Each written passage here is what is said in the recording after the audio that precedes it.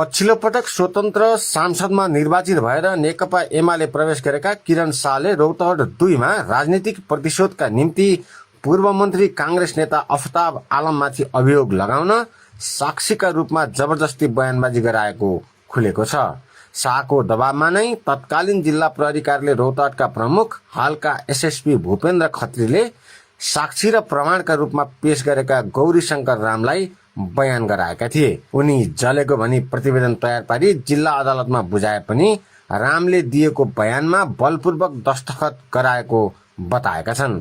स्टोभबाट खाना बनाउने क्रममा घर जल्दा अनुहार पनि जलेको उनले बयान दिएका छन्। उनको बयान अनुसार सीमावर्ती भारतीय सीतामढ़ीमा रहेको जलन अस्पतालमा उपचार भएको थियो। नाम कथी बा? गौरीशंकर राम। घर कहाँ बा? मसान होता। अच्छा, तो अपने के गौर के ले गेल बोला के? किरण शाह। कथी कह के ले गेल?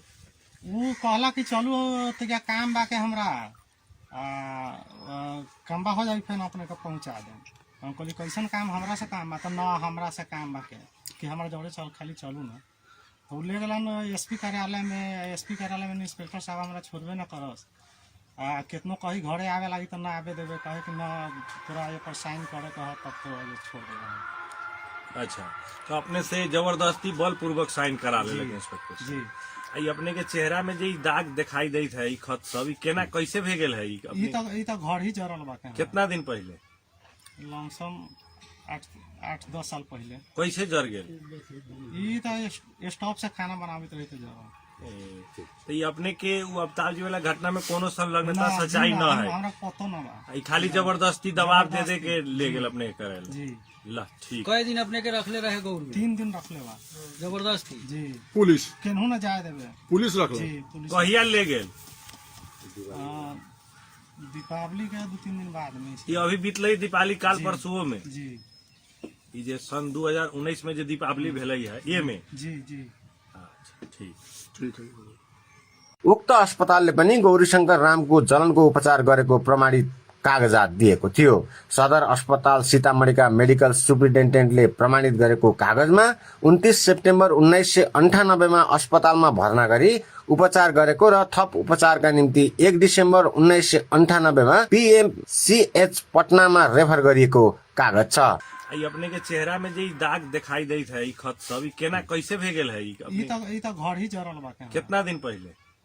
लमसम 8-10 साल पहले। कैसे जर गेल? ई तो स्टोव से खाना बनावित रही जरल। तो ये अपने के वो अवतार जी वाला घटना में कोनो संलग्नता सच्चाई न है? हमरा पतो न बा। ई खाली जबरदस्ती दबाव दे दे के ले गेल अपने करेल। जी। जिल्ला अदालत रौतहटको फैसला उल्टाउँदै उच्च अदालत जनकपुरको वीरगञ्ज इजलासले अफताब आलमलाई सफाई दिएपछि अदालत र स्वयं पूर्व मन्त्रीसम्मको हुर्मत लिने गरी चर्चा चलाइएको छ। न्यायिक प्रक्रियालाई चुनौती दिने र पीडित बनाउने काम भइरहेको अफताबका परिवारका सदस्यले जनाएका छन्। अदालतले प्रमाण बयान र त्यसको प्रमाणिकताका आधारमा नै आदेश र फैसला गर्ने हो, तर हामीलाई सफाई सहित न्याय पाउँदा समेत दानवीकरण र राजनीतिक प्रतिशोधको पात्र बनाइएको छ। आलमका पारिवारिक स्रोतले भन्यो, एकतर्फी रूपमा पेलियो। मिडिया र सोशल मिडियामा एकतर्फी रूपमा पेल्ने काम भएको मात्र होइन, अनेक प्रकारको अफवाह पनि फैलाइएको परिवारको आरोप छ। उपचारका क्रममा रहेका आलमको स्वास्थ्य अवस्थालाई पनि बेवास्ता गरी अनेक प्रकारका पुष्टि नहुने विषयसहित समाचार आउँदा न्यायमाथि नै अन्याय भएको आलम परिवारको गुनासो रहेको छ। उच्चले दिएको सफाईका विरुद्ध सरकारी वकिलको कार्यालय सर्वोच्च जाने तयारीमा रहेको छ। सर्वोच्चमा समेत मुद्दा पुग्न सक्ने आधार हुँदाहुँदै भोलिका दिनमा पनि मिसलिड हुने गरी पेलिएको आलम परिवारको गुनासो छ।